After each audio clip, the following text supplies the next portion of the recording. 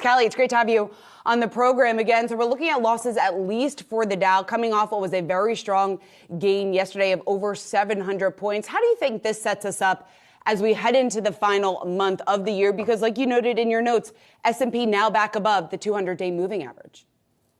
Yeah, I mean, I think we're struggling a little bit today, but we have to look at that in the context of where we've come since mid-October. I mean, Dow stocks, the economically sensitive stocks, have led the market higher, and we're basically realizing now that the Fed could maybe pull this off, and we might be moving into the next step of policy, and the Fed is willing to be flexible, even though, or even as we see inflation go through some progress and the economy soften a little bit, but avoid that recessionary depth, if you will. So, I think we're processing a lot right now, but I think it's a lot of good news. Investors are just trying to understand how good it is because rates are still high and we're not quite out of it.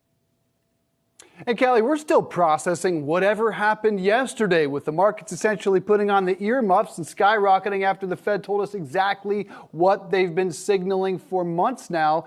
Have you processed that? What do you make of it? Oh, I've processed that because Powell basically said what he's been saying for a bit now. He did give us a timeline, though. He did say that rate hikes could start slowing in the next couple of weeks at their next meeting. So I think the market really hinged on that. I think it saw, an element of certainty in there. And then, we saw some position switching, some short covering, and suddenly we were up 3%.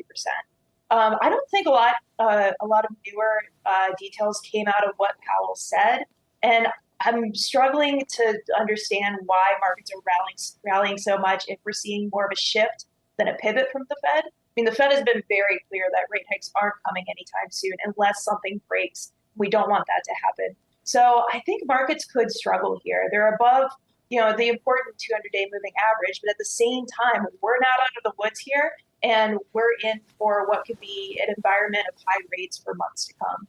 Yeah, Callie, you're saying that markets could potentially struggle here. Goldman, Deutsche Bank, both saying that U.S. equities are in for a wild ride next year. What does this mean then for investors in terms of how they should be positioned? Well, I think investors really need to be focused on quality here. It may make sense to sow the seeds for the next bull market, and we may even be in a young bull market right now. But at the same time, it may not be the chance to dive back into risk and speculation. I mean, we've been telling our customers that cash management, quality financials are key when you're looking at risk right now. Take a look at quality risk with the emphasis on quality, because as rates stabilize, as rates possibly come down in the latter half of the year, we could see more of those rate sensitive sectors tick up and those cyclicals tick up. But at the same time, a high rate environment is a tough operating environment to be in. So you may not see all stocks survive it. Yeah, when we woke, we were in bull market territory, at least in the Dow. I think the S&P was 17% up since its lows, and even the NASDAQ up 14% from its year lows. JP Morgan today trimmed their earnings forecast for the S&P by 9% and also said they think we could retest the lows of 34.91 in the first quarter of 23. Do you agree with that assessment?